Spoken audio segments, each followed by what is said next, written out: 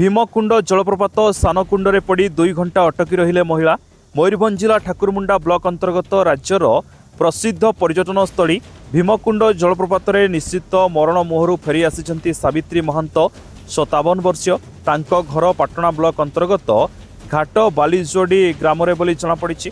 से केउ कारणरू एही भयंकर कुंडरे पड़ जाइथिले जनापड़ी नहीं। केन्दुझर पटु पड़िथिबा सावित्री भासी जाई भीमकुंडर सानकुंडरे रही जाइथिले। भीमकुंडर मुख्य कुंड और सानकुंड मध्य पड़ जाइथिबा सावित्री एक पत्थर को धरी लटकी रही 2 घंटा काल जीवन युद्ध करते।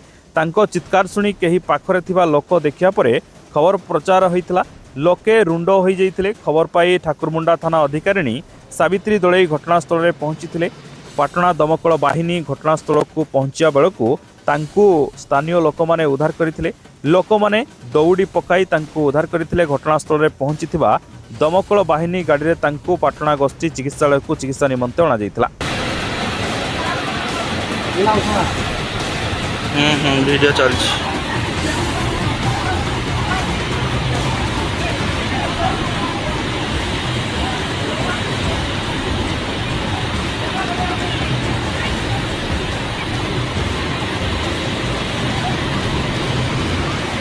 मयूरभंज जिला करंजिया हरेकृष्ण त्रिपाठी रिपोर्ट पवित्र न्यूज ओडिशा।